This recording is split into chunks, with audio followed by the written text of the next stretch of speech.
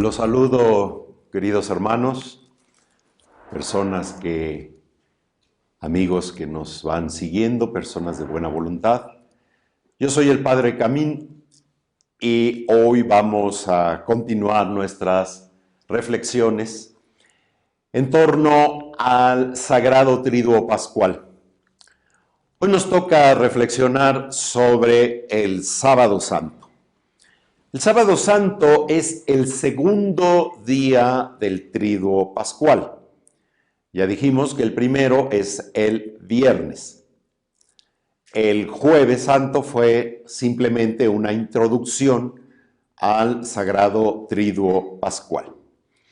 El próximo será el domingo de Pascua de la Resurrección del Señor. ¿Qué nos encontramos con este día que a veces parece perdido, que a veces parece que no tiene como mucho sentido y que no hemos descubierto ciertamente lo que significa este día?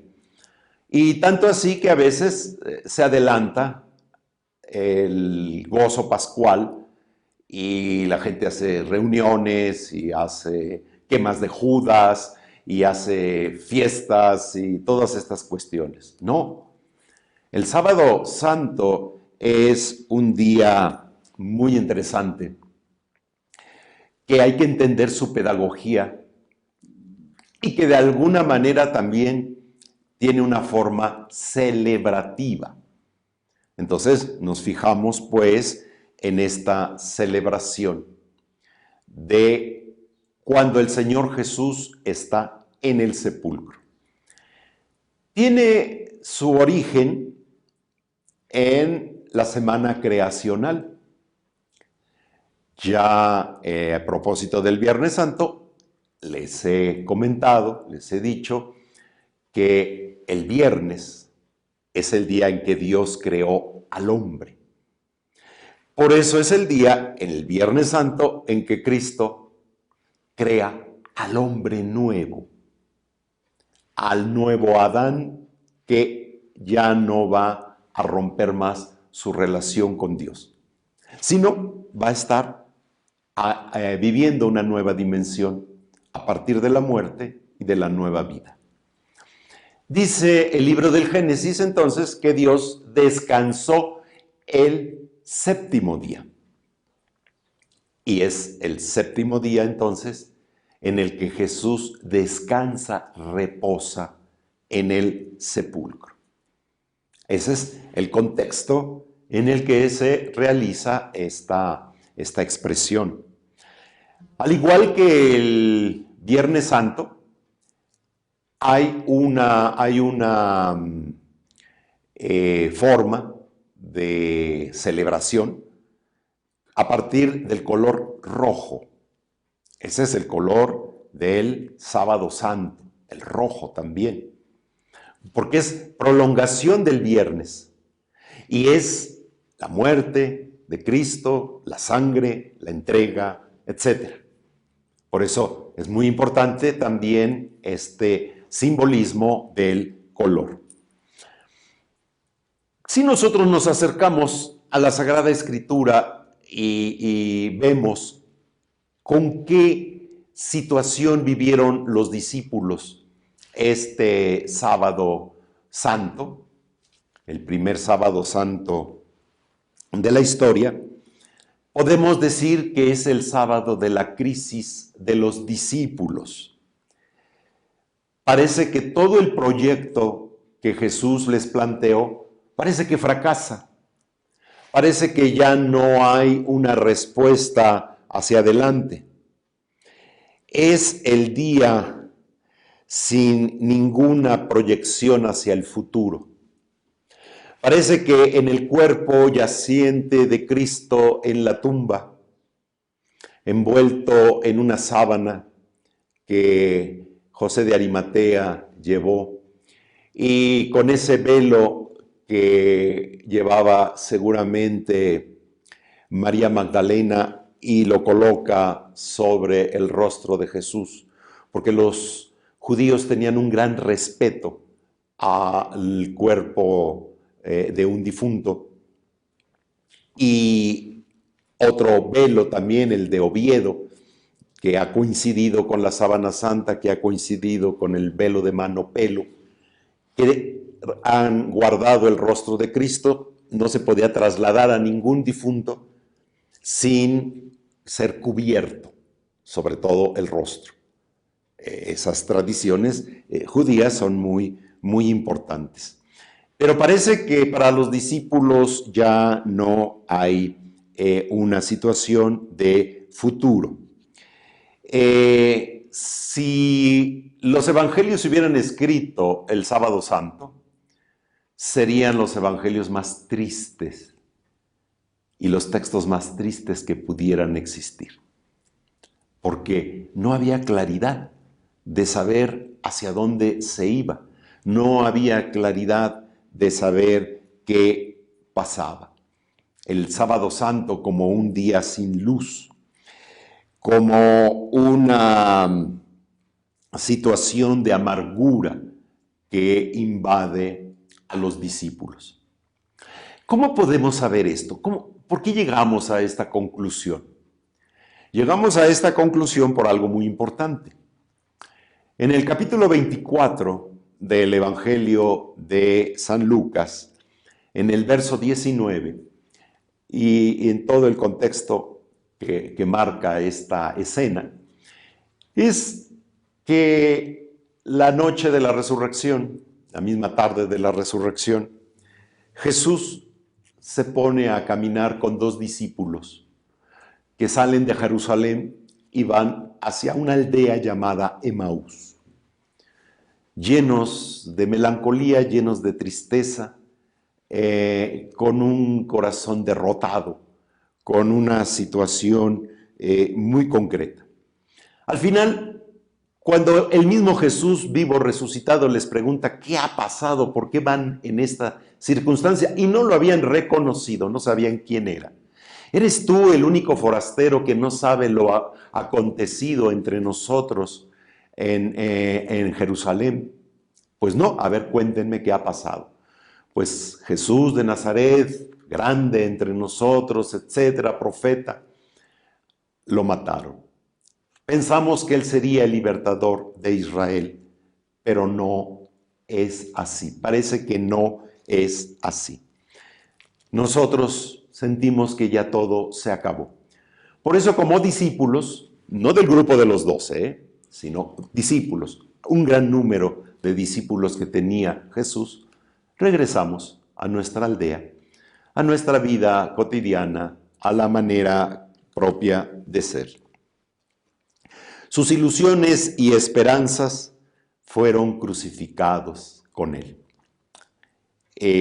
Por eso, de alguna manera, estos discípulos llenos de tristeza, llenos de amargura, solamente se dice de uno que se llamaba Cleofás, el otro no sabemos el nombre. Algunos escrituristas dicen que probablemente era el mismo Lucas. Y como él escribió la obra, una de sus dos obras, su obra es el Evangelio de Lucas y el libro de los Hechos de los Apóstoles, él no dice que es él, no dice su nombre, como Juan tampoco va a decir su nombre. El que lo vio da testimonio y su testimonio es válido. Entonces, era toda una mentalidad, una forma de ser del Medio Oriente sobre todo. Entonces, los discípulos no entienden que era la manera como Jesús debería de entrar en su gloria. Por eso en el Sábado Santo debe de repercutir en nuestro oído, pues estas frases, estas situaciones muy concretas que van clarificando este aspecto. Solamente a la luz del encuentro ya con Cristo resucitado a otro día, podemos entender cómo el don del Espíritu Santo, el fuego del Espíritu Santo, va a iluminar toda esta situación y hacer un cambio radical en la experiencia, en la mentalidad de los discípulos. ¿Qué es el Sábado Santo? El Sábado Santo es el día que nos prepara al domingo. Si toda la Cuaresma ha sido una preparación intensa a la Pascua del Señor, al Sagrado Triduo Pascual, a todo su conjunto, el Sábado Santo sobresale. El Sábado Santo es tan especial, tan importante, y este sentido le debemos dar porque es el que nos va a conducir naturalmente al domingo de la Pascua, al domingo de Pascua. Esa es su función, esa es su característica. Y por eso, en ese diálogo entre los discípulos de Maús, como así comúnmente los conocemos, y Jesús resucitado, porque esto ya sucede el domingo de Pascua hacia la caída del sol, es importante cómo hay referencia de parte de Jesús a Moisés, a los profetas y a los salmos. Entonces, comenzando por Moisés, los profetas, los salmos. Tenemos que recordar en este punto el segundo domingo de Cuaresma, cuando el Evangelio del día, ya lo hemos reflexionado, fue la transfiguración del Señor, donde se le aparece Moisés y Elías a Jesús y conversaban con él sobre lo que iba a suceder en Jerusalén. Los discípulos están viendo esta realidad y no entienden lo que está sucediendo y pasando. Y después los salmos como cumplimiento de muchos aspectos. Esto es muy interesante porque siempre la palabra de Dios, la Sagrada Escritura, se hace liturgia, como ya lo he dicho varias veces. Y si nos damos cuenta, este es el esquema de la liturgia de la palabra. Así, cuando nosotros asistimos a la celebración de la Eucaristía, así sucede la liturgia de la palabra. Ordinariamente, la del domingo, vamos a poner de ejemplo, que es la más importante, es la prototipo, es la solemnidad por excelencia, un texto de la ley, un texto o de los profetas, de Moisés o de Elías, teniendo esta representación, un texto, un canto, que es un salmo, en cumplimiento de lo que se ha dicho, un texto iluminado por la vida de la iglesia, de la comunidad que ya está viviendo la resurrección de Cristo. Ordinariamente puede ser de las cartas de Pablo, de la carta de Pedro o dos cartas de Pedro, las cartas de Juan, puede ser del libro del Apocalipsis también, sobre todo en tiempo pascual. Nunca se lee el Antiguo Testamento, porque el Antiguo Testamento ya está cumplido en Cristo resucitado. Por eso siempre se lee solo los textos del Nuevo Testamento. Y esto es ciertamente muy importante. Y finalmente el Evangelio, que en este caso son las mismas palabras de Jesús. En este caso es lo mismo que Jesús anuncia, dice, proclama, y les da el ánimo, la valentía, la fuerza a los discípulos. Entonces, toda esta dimensión, toda esta riqueza, ciertamente va enriqueciendo a estos discípulos. Este Sábado Santo debemos de descubrirlo, debemos de entenderlo como una cruda memoria de los apóstoles, de los discípulos, que abandonaron a Jesús, que en el momento de que fue aprendido en el huerto de los olivos, inmediatamente lo abandonan, se van. Solamente Juan se hace muy cercano, presente. Tal vez por su situación familiar, dicen algunos historiadores de los evangelios y todo esto, que tal vez era conocido por su familia, conocido de gente del sumo sacerdote, del Sanedrín, etc., de donde iba a ir descubriendo, viendo qué pasaba. Pedro, por su lado, va siguiendo también un poco a Jesús, pero lo va siguiendo muy de lejos. No se quiere implicar. Y dice por ahí el texto del Evangelio algo muy interesante, muy curioso. Va a ver en qué termina la situación. A ver en qué termina. A ver qué sucede con esto. Tanto es así que afuera, mientras están allí calentándose, porque aunque ya se había iniciado la primavera, en Jerusalén, como es una ciudad en alto, es mucho más fresca y hace friecito. Llega en algunas ocasiones hasta caer nieve. Hace unos años cayó mucha nevada en Jerusalén y creo que este invierno anterior también algo pasó en este aspecto. Y tanto así que ahí van a venir las 3 negaciones de Pedro. Yo no lo conozco, yo no sé, etcétera, pero si eres Galileo, se te nota la manera de hablar, eres del norte y hablas así como los del norte. Pues sí, pero no sé de qué se trata. Y después sale de la escena, se va. Y especialmente porque hay un evangelista que narra que hay un intercambio de miradas entre Jesús y Pedro. El que le había dicho que aunque todos te abandonen, yo no, entonces lo abandona, lo traiciona. Dice ese mismo texto del Evangelio que Pedro se retiró y rompió a llorar amargamente, con una amargura tremenda.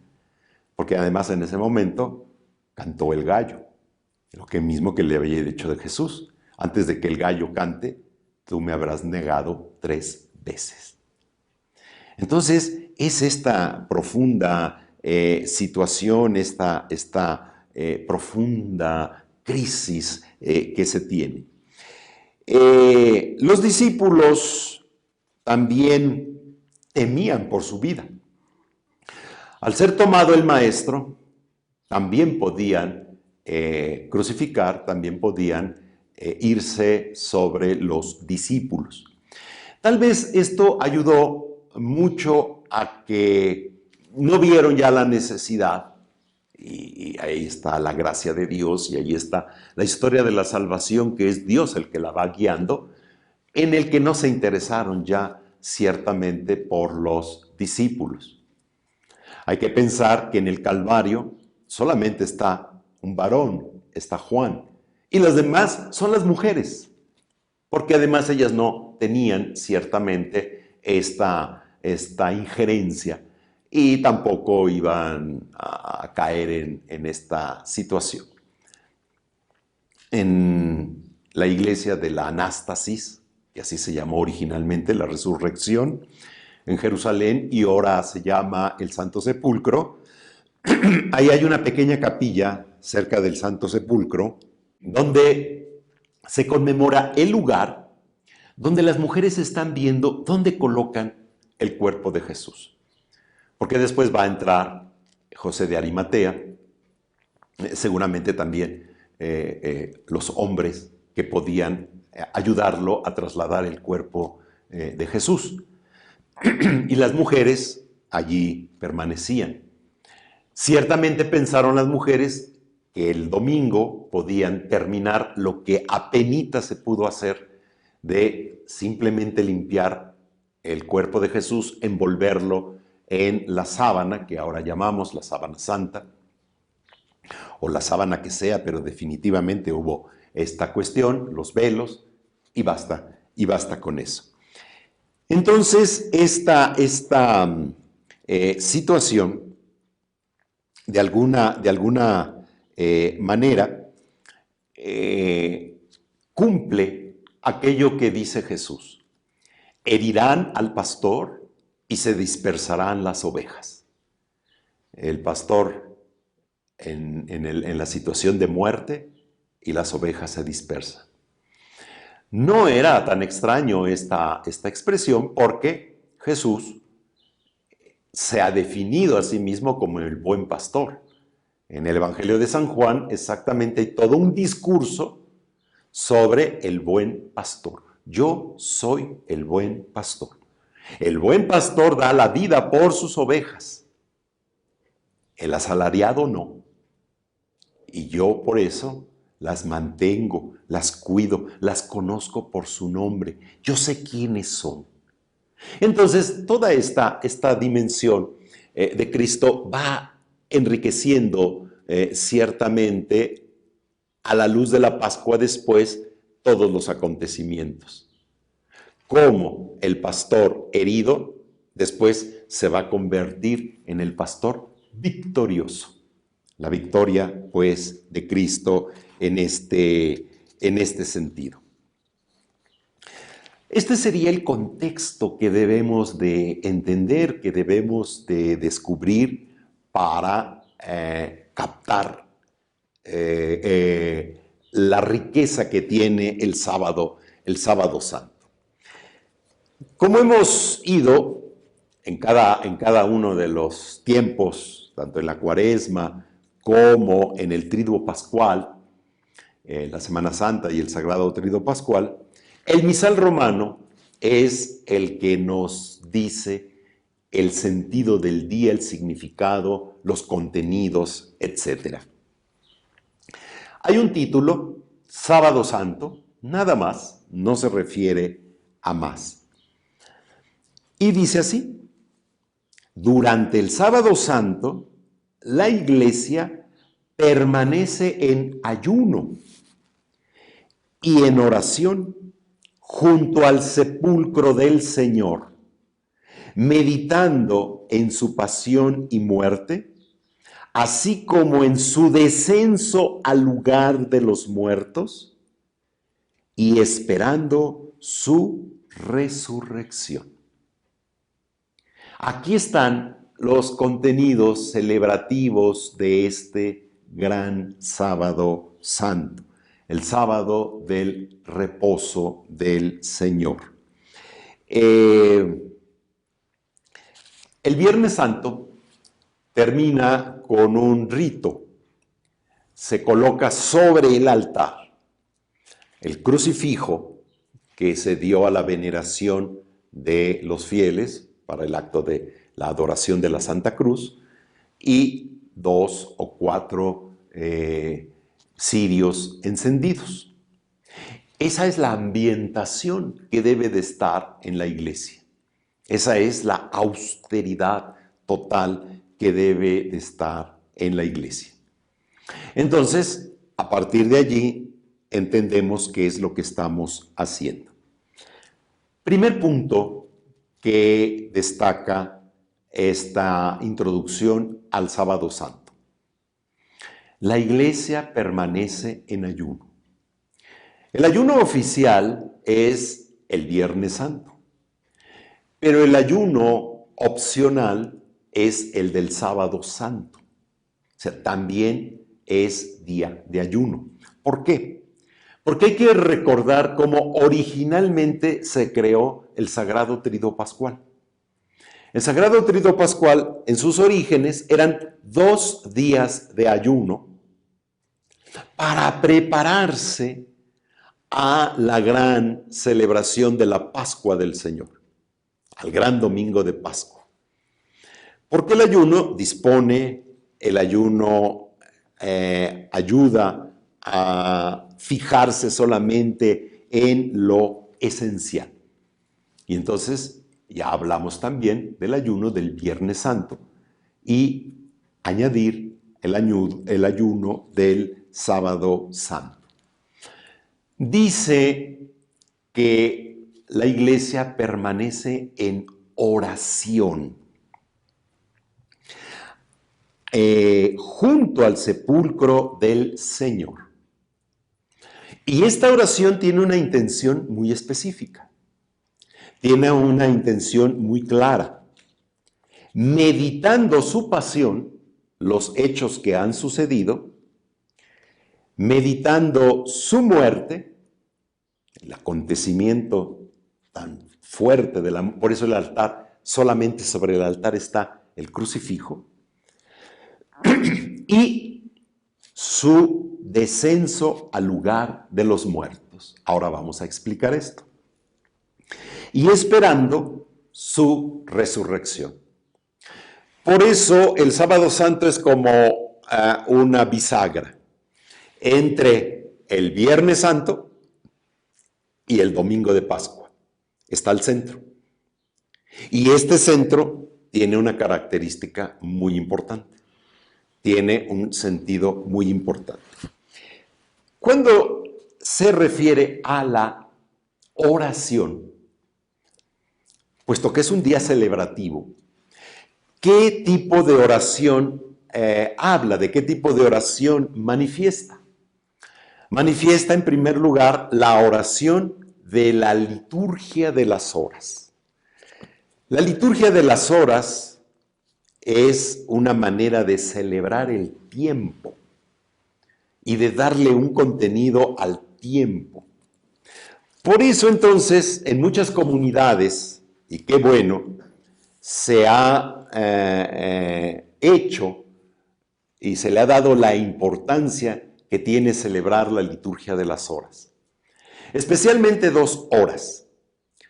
Las laudes matutinas, la palabra laudes quiere decir alabanzas, las laudes matutinas, y otro que se llama el oficio de lectura. Y este oficio de lectura ciertamente es un texto muy bello, muy hermoso, muy interesante para realizar. Vamos a fijarnos en las laudes. Esta celebración está construida de invocaciones, de salmos, de un himno, un cántico, está de las antífonas que nos introducen siempre al hecho del salmo, unas preces, unas oraciones. Esta es la forma. La comunidad cristiana cada día más tiene que saber, conocer esta manera de orar. Porque estamos orando con la misma palabra de Dios. Esta es la riqueza del texto. Si dice que nos la pasamos meditando la pasión, la muerte del Señor, estos salmos, estos textos están construidos en relación a entender y profundizar la pasión del Señor. Voy a leer, por ejemplo, las 3 antífonas de los 2 salmos y el cántico propio de la celebración de laudes. Harán llanto como llanto por el Hijo único, porque siendo inocente fue muerto el Señor. La segunda antífona que acompaña un texto del profeta Isaías dice: líbrame, Señor, de las puertas del abismo. Al abismo también se le llama la muerte. La tercera antífona es muy bella, muy interesante. Estaba muerto, pero ahora vivo por los siglos de los siglos. Y tengo las llaves de la muerte y del más allá. Esos son los contenidos que la pasión de Cristo expresa. Para el cántico evangélico, el cántico de Zacarías, también tiene una antífona muy bella. Cristo por nosotros se sometió incluso a la muerte y una muerte de cruz. Está parafraseando un texto de Pablo. Por eso Dios lo levantó sobre todo y le concedió el nombre sobre todo nombre. Ahí está esta riqueza. Vamos al oficio de lectura. El oficio de lectura también es un texto muy, muy hermoso, muy bello, que va recreando en salmos muy cristológicos, muy centrados en la persona de Cristo, para orar qué es lo que está sucediendo. En paz me acuesto y duermo tranquilo. La antífona para el Salmo 4. La segunda antífona para el Salmo 15 es: mi carne descansa serena. Es lo que está realizándose en Cristo Jesús al estar en el sepulcro. Y el Salmo 23 dice: levántense puertas antiguas, va a entrar el Rey de la Gloria. Está tomada también de un salmo, un texto de salmo. Quiero centrarme ahora en un texto. El oficio de lectura además tiene textos largos de Sagrada Escritura. Para los años nones es el libro de las Lamentaciones, y para los años pares es el libro del profeta Isaías. No nos da tiempo de ver todos estos textos. Pero me quiero centrar en la segunda lectura. Siempre el oficio de lectura tiene dos lecturas largas. Y dice así: una antigua homilía sobre el santo y glorioso sábado.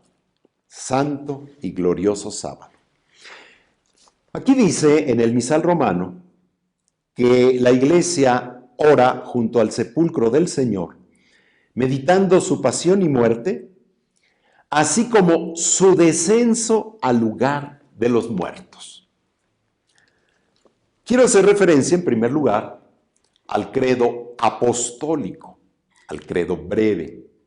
Nosotros, si abrimos nuestro misalín, nos vamos a dar cuenta que hay dos maneras de proclamar nuestra fe.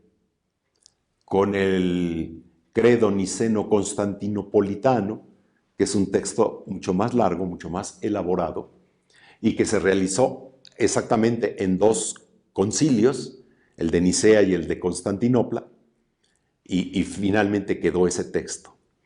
Pero el credo de los apóstoles es un credo que procede de la Iglesia romana, que tomó como base la triple profesión de fe en el bautismo. Crees en Dios Padre Todopoderoso, y decía sí creo, y se hacía la primera inmersión. Estamos hablando de cuando el bautismo se cumplía verdaderamente la palabra baptizare, o sea, sumergir, meter en el agua. El diácono lo hacía. ¿Crees en Jesucristo? Sí creo. Segunda inmersión. ¿Crees en el Espíritu Santo? Sí. Siguiente inmersión. Eso es el esquema original. Esa es la médula original. Poco a poco, la Iglesia de Roma fue haciendo un texto más elaborado, que se llama el Credo de los Apóstoles.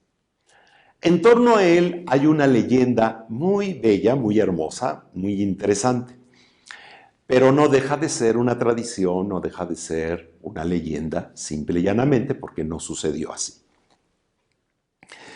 Cuando los discípulos, después de Pentecostés y ya en el día 40 de la resurrección de Cristo, los había mandado: vayan por todo el mundo, anuncien el Evangelio y bauticen.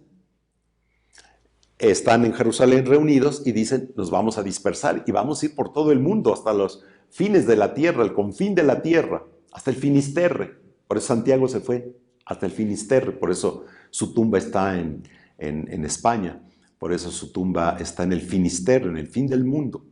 Está exactamente en Galicia.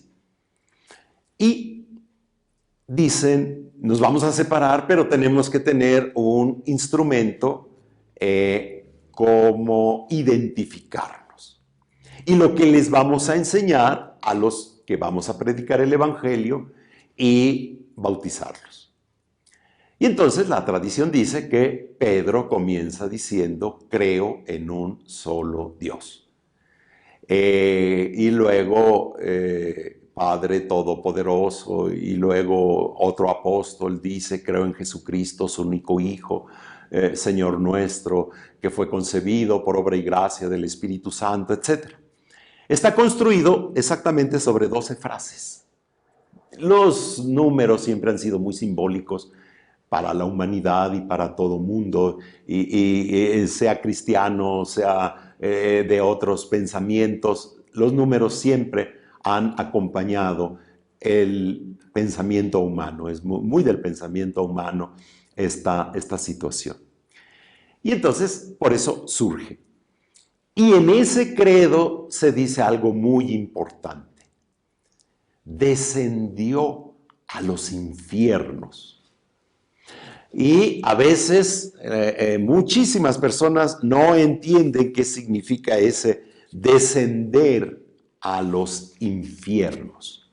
Y les da como miedo, susto, etc.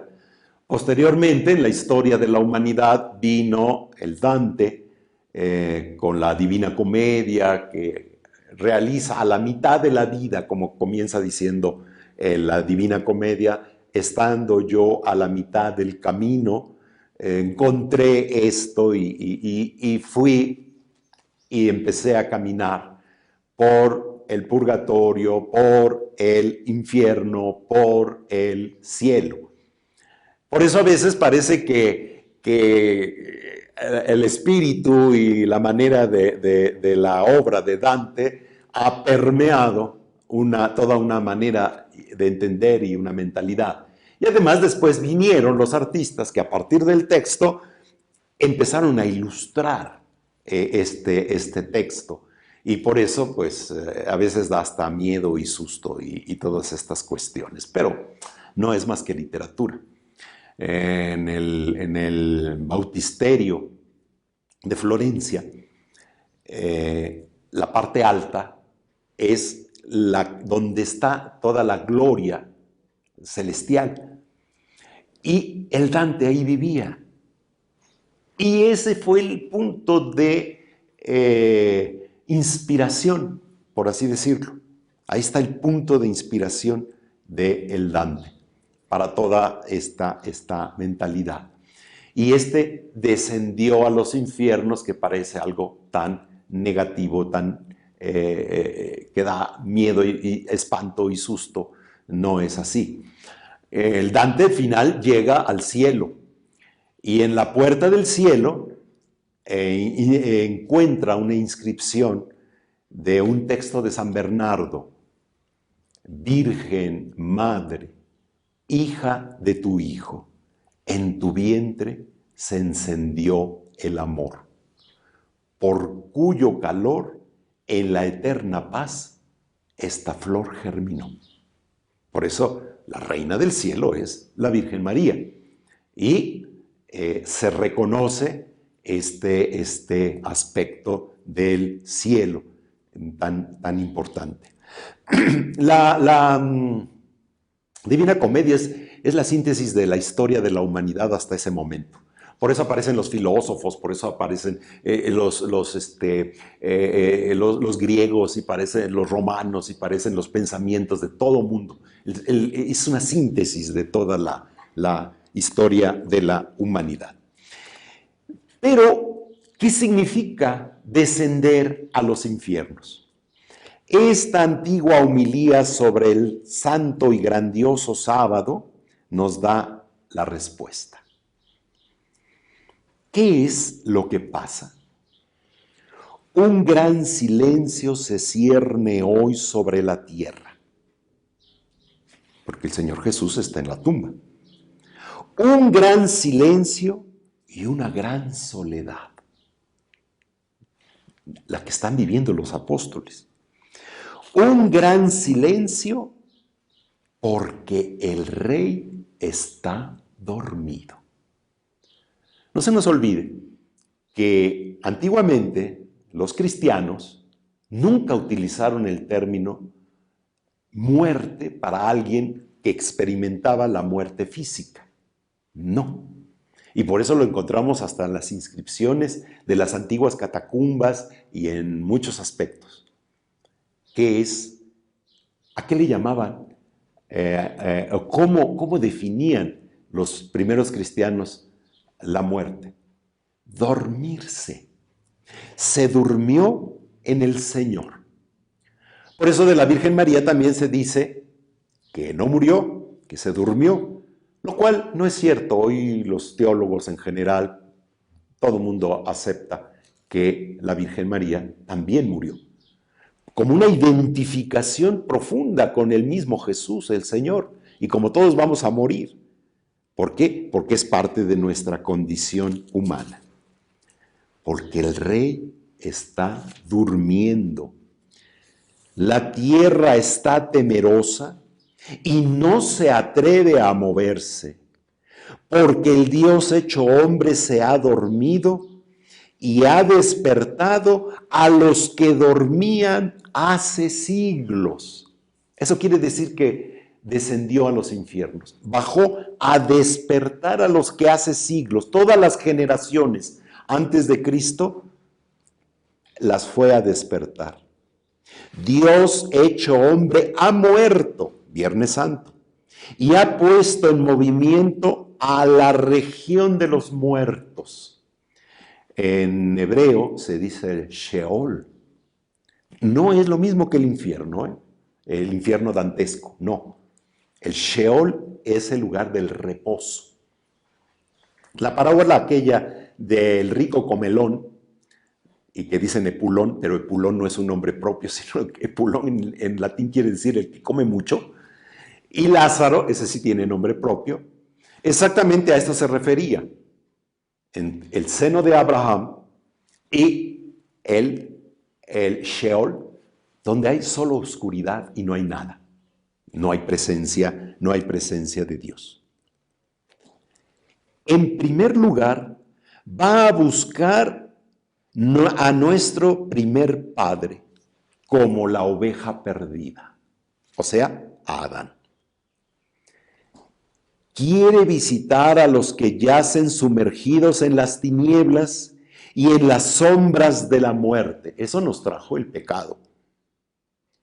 Dios y su Hijo va a liberar a los dolores de la muerte de Adán, que está cautivo, y a Eva, que está cautiva con él. El Señor hace su entrada donde están ellos, llevando en sus manos el arma victoriosa de la cruz. Qué figuras más bellas. Al verlo Adán, nuestro primer padre, golpeándose el pecho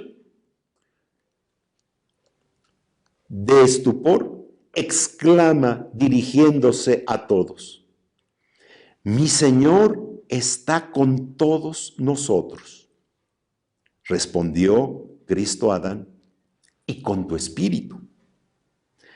Y tomándolo de la mano, lo levantó diciendo: despierta, tú que duermes, levántate de entre los muertos y te iluminará Cristo.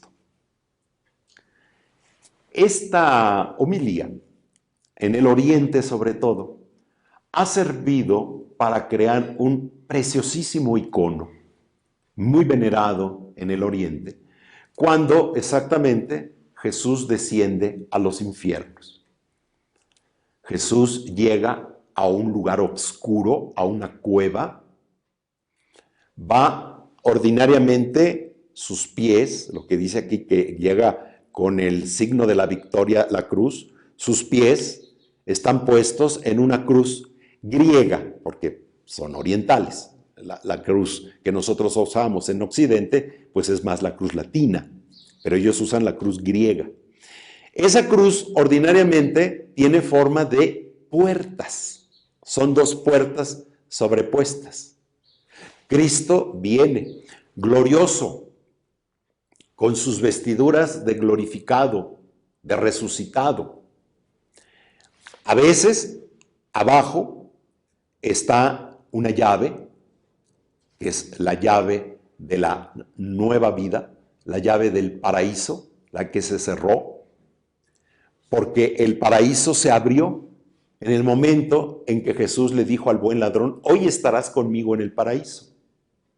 Entonces se abren las puertas que se habían cerrado en el momento en que en el Génesis Dios manda cerrar la puerta del paraíso. Y por eso el primer canonizado por el mismo Jesús es el buen ladrón. En la tradición popular se llama San Dimas. No sabíamos cómo se llamaba, pero en este mundo a todo mundo le ponen Dimas y el otro con nombre feo, Gestas. Entonces, ni modo, los que fueron crucificados con el Señor. A veces está ahí la calavera de Adán. No se nos olvide que en muchos iconos también, en el momento de la crucifixión de Cristo, abajo se ve una cueva y allí se ve una calavera. En el monte Calvario, porque es la calavera de Adán. El cráneo de Adán allí está y Cristo con su sangre va a lavar todo el pecado de Adán y le va a dar un nuevo sentido. Los toma de las manos, especialmente los toma de aquí, de las muñecas. ¿Por qué? Porque es la manera de levantar a alguien, hacerlo copartícipe de su resurrección.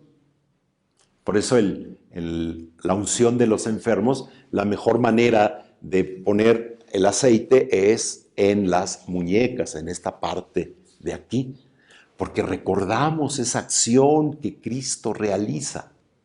Entonces, la Sagrada Escritura y la liturgia y la patrística pues se juntan en todos estos aspectos. El Señor hace su entrada entre ellos, llevando esta alma victoriosa. Y viene un diálogo. Yo soy tu Dios, que por ti me hice hijo tuyo, por ti y por todos estos que estaban de nacer de ti. Digo ahora y ordeno a todos los que estaban en cadenas, salgan, los que estaban adormilados, levántense. La palabra levantarse siempre resuciten. Ahí, en este icono también aparece, por ejemplo, los reyes, los profetas, el santo rey David, etc. ¿Por qué? Porque está inundado de la luz pascual de Cristo. Ya se acabaron todo esto. En el Evangelio de Mateo, dice una frase muy curiosa que muchas personas no saben entender y no saben qué quiere decir. Dice que en el momento en que Cristo muere, se abrieron los sepulcros de los justos y resucitaron. Y los vieron caminar y los vieron de aquí por allá. Y entonces dicen, ¡ay, qué forma tan extraña! No, es otra manera de decir cómo los justos que esperaban la resurrección de Cristo, con Cristo resucitan. Lo que va a suceder en el bautismo, exactamente, dice San Pablo. Entonces, muero con Cristo, resucito con Cristo a una vida nueva. Aquí está toda esta gama, toda esta perspectiva. Habla Jesús. Yo te lo mando, despierta, tú que duermes, porque yo no te he creado para que estuvieras preso en la región de los muertos. Y esta es una gran enseñanza para nosotros. No estamos creados para la muerte, estamos creados para la vida. Levántate de entre los muertos, yo soy la vida de los que han muerto. Levántate, obra de mis manos, levántate mi efigie, tú que has sido creado a imagen mía. Dice un padre de la iglesia que en el momento de la creación, el Padre es el creador, pero también el Hijo y el Espíritu Santo eran creadores. Pero como todo buen artista, porque todo artista tiene que tener un punto de inspiración, si no, no sale la obra de arte, se inspira uno en la naturaleza o en lo que sea. ¿Qué tenía el Padre delante de sí para la creación? En una mano tenía al Hijo y en otra mano tenía al Espíritu Santo. Y entonces, la creación no es otra cosa más que reflejo de la vida trinitaria. El Padre como principio creador y el Hijo y el Espíritu Santo. Por eso ya desde el libro del Génesis dice Dios, hagamos al hombre a nuestra imagen y semejanza. La imagen y semejanza para con Dios es exactamente su inteligencia, su voluntad y su capacidad de amar. Eso no lo dice de los animales, Hizo a los animales para que ya estuvieran, para que se sirviera el hombre de ellos. O sea, no se puede pensar que un animal es igual a ellos. No, qué bueno que tenemos un burro para que lleve lo pesado. Qué bueno que tenemos en muchas partes siguen arando con los bueyes y qué bueno que tenemos un caballo y qué bueno que tenemos todo eso. Pero no es imagen y semejanza de Dios. Solamente el ser humano es imagen y semejanza de Dios. Entonces, esta figura de la que habla el Santo Padre de la Iglesia es importantísimo. Por ti, yo, tu Dios, me he hecho hijo tuyo, y por ti asumí tu misma experiencia de esclavo. Esto que dice San Pablo. Dios hizo a su Hijo pecado para destruir el pecado. Este es el principio de la homeopatía. Similia cura similia. Lo mismo se cura con lo mismo. Veneno con veneno se mata. ¿Cómo iba a matar Cristo al pecado, al destruir el pecado y la muerte? Asumiendo la muerte, destruyendo, porque asumió el pecado, lo destruyó y destruyó, por lo tanto, la muerte. Y por eso en Cristo todo es victoria. Por eso los antiguos cristianos decían, se durmió en el Señor, ya no, nosotros no podemos hablar de muerte, tenemos que hablar que se durmió en el Señor. Por ti yo estoy por encima de los cielos, vine a la tierra y aún bajo la tierra por ti vine a ser como hombre sin fuerzas, abandonado entre los muertos. Por ti que fuiste expulsado del huerto paradisiaco, fui entregado a los judíos en un huerto y sepultado en un huerto. La idea de los dos huertos, el huerto de los olivos y el huerto de la resurrección.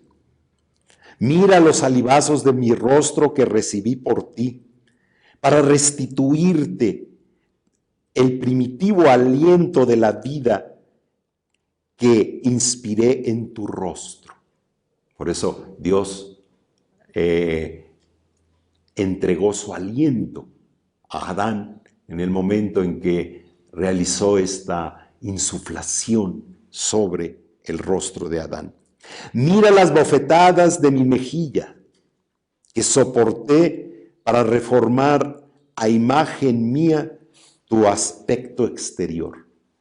Mira los azotes en mi espalda que recibí para quitarte de la espalda el peso del pecado. Mira mis manos, fuertemente sujetas con clavos al árbol de la cruz. por ti, que en otro tiempo extendiste funestamente una de tus manos hacia el árbol prohibido, el principio del pecado. Me dormí en la cruz. Volvemos al concepto del dormir. Me dormí en la cruz. Y la lanza penetró en mi costado, por ti, de cuyo costado salió Eva, mientras dormías allá en el paraíso. Mi costado ha curado el dolor del tuyo. Mi sueño te saca del sueño de la muerte. Mi lanza ha suprimido la espada de fuego que estaba contra ti. Porque en el paraíso pusieron la espada de fuego para no entrar. Levántate, vámonos de aquí. El enemigo te hizo salir del paraíso. Yo, en cambio, te coloco, ya no en el paraíso, sino en el trono celestial. El triunfo de Cristo resucitado. Te prohibí comer del símbolo del árbol de la vida. Mas he aquí que yo, que soy la vida, estoy unido a ti. Puse a los ángeles a tu servicio para que te guardaran. Ahora hago que te adoren en calidad de Dios. Los ángeles al servicio de los resucitados. Tienes preparado un trono de querubines. Están dispuestos los mensajeros, construido el tálamo, preparado el banquete, adornados los eternos tabernáculos y mansiones a tu disposición. El tesoro de todos los bienes y preparado desde toda la eternidad el reino de los cielos. Esta es la pedagogía, esta es la forma que debemos de entender, que debemos de descubrir en el gran sábado santo. Estas son las fuerzas, las características ciertamente que debe de tener. Entonces, este icono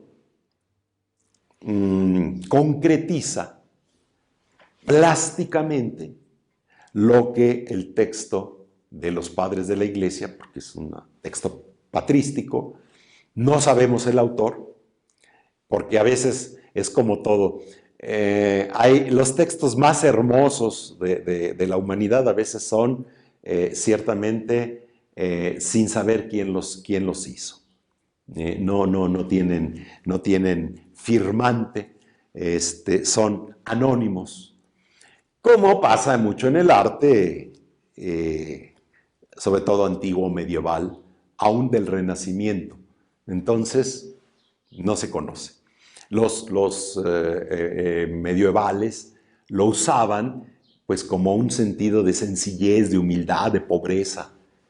Hacían su gran obra y no se sabía exactamente quién era. No había la firma del autor en este aspecto. Finalmente, quiero decirles que para vivir también el Sábado Santo, pues se pueden hacer otros elementos. Una celebración de la palabra de Dios, con las características que ésta tiene, siempre proclamar la palabra, la oración universal, etc. Entonces, es una buena forma. Esto quiere, para superar aquello que se dice que no hay nada que hacer. ¿Cómo que no hay nada que hacer? Sí hay una forma celebrativa, ya desde el ayuno, que es una forma de darle culto a Dios, va teniendo este sentido. Existen también otros ejercicios de piedad. Por ejemplo, existe un oficio que se llama la hora de la madre. Más o menos se parece a una liturgia de las horas, porque también hay salmos, también hay una serie de lecturas, hay textos, hay cánticos, hay antífonas, en fin. En alguna ocasión, San Juan Pablo II, un sábado santo en San Pedro, celebró la hora de la madre. Realizó este rito que ciertamente es un rito interesante. También existen por allí otros textos, por ejemplo, el Vía Matris. El Vía Matris es tener en cuenta cómo la Virgen María participó del dolor de la muerte de Cristo y su esperanza en la resurrección. Nadie esperó con tan profundo gozo, con tan profunda alegría, la resurrección de Cristo que la Virgen María. Por ejemplo, en el Virreinato, aquí en México tenemos muchas obras de ese estilo, está la Virgen María en sábado y alrededor de ella los ángeles mostrándole todos los instrumentos de la pasión. Pero no para que esté triste, no para que se convierta en una mujer llorosa, no, para que vea que a través de esos instrumentos se realizó la redención, porque nadie creyó como la Virgen María. Entonces por eso aparece el velo de la Verónica, la cruz, los clavos, la corona de espinas, etc. Porque además el barroco es muy imaginativo y gracias a ese barroco, bueno, la imaginación se ha prestado para muchísimos elementos. En la Catedral de México hay una obra así, en la Basílica de Guadalupe, en el museo también hay una obra de ese estilo, esa meditación. Si nosotros nos fijamos en nuestro misalín, durante el tiempo ordinario aparece, cuando no hay otro aspecto celebrativo, aparece, por ejemplo, dice, memoria de Santa María en sábado. Se celebra una memoria especial de la Virgen María en el sábado. El sábado cristiano se ha transformado totalmente al Shabbat judío. Ya no tenemos nada que ver nosotros con ello. Todo lo que se hacía en el Shabbat ha pasado para nosotros en el domingo, primer día de la semana. Hay que insistir que es el primer día de la semana. Y ese origen de esa celebración, esa memoria de la Virgen María en sábado, se dio exactamente por este primer día, este primer sábado santo de la humanidad, donde esperó profundamente la resurrección. Por eso el sábado siempre nos conduce al domingo. Es la antesala. Y además hay que recordar que lo que civilmente llamamos sábado, que civilmente termina hasta las 12 de la noche, pero para nosotros, cristianos, propiamente como es una solemnidad, el domingo comienza con la caída del sol. Entonces, desde la caída del sol, 6, 6 y media, 7, empieza para nosotros el domingo. Naturalmente nos lleva entonces el sábado al domingo. Y por eso la importancia de la Virgen María en esa tradición que se llama también la Vía Matris, la Vía de la Madre, que piensa, medita, ora todos estos acontecimientos en torno a la cruz de su Hijo Jesucristo. Y después, hacia la tarde, ya prepararnos para la noche, ya entrada la noche, por lo menos a partir de las 9, 10 de la noche, a la gran vigilia pascual. Entonces tiene que ya estar de noche, tiene que haber caído el sol, etc. Nadie hace una vigilia a las 6 de la tarde. No, es como nadie cena a las 5 de la tarde o a las 4 de la tarde. Si acaso se tomará un chocolate con una concha, pero hasta ahí. No es una cena formal, definitivamente. La cena, para que sepa, la cena tiene que ser de noche. Y la vigilia, para que sea vigilia, tiene que ser de noche. Ya empieza con las horas de la noche. Con esto nos despedimos de este gran sábado santo. Y la característica, el sentido, la mística, los contenidos que deben de tener. Seguramente nos va a ayudar muchísimo a descubrir su riqueza si la vivimos en este ámbito, en este ambiente que nos enriquecerá de alguna manera muy bella. Acompañados ciertamente por la Virgen María. La piedad popular también a la Virgen María le ha dado muchos aspectos, que si la visten de negro, jamás en la vida la Virgen pensó allá vestirse de negro, ¿verdad?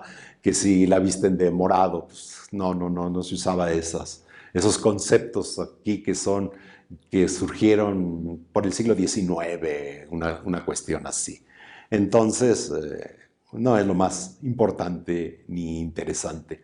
Simplemente, pues ya son tradiciones que surgieron del barroco también, que le dio mucho colorido a todas las imágenes y que nos llegó también a nosotros por la evangelización fundante de la sensibilidad de España, sobre todo del sur de España, que tiene mucho esta manera, esta forma, y se ha asumido aquí. Cuando va uno al sur de España y dice uno, es que parece que estoy en México, el pensar, el hablar, el actuar, la comida, es igual. Es que no es que ellos sean igual a nosotros somos iguales a ellos porque ellos nos lo trajeron y ellos tienen una tradición mucho más antigua. Pues con esto terminamos este gran sábado santo con toda su fuerza, su riqueza, y nos encontraremos para reflexionar, para descubrir todos los contenidos del domingo de Pascua, de la resurrección del Señor.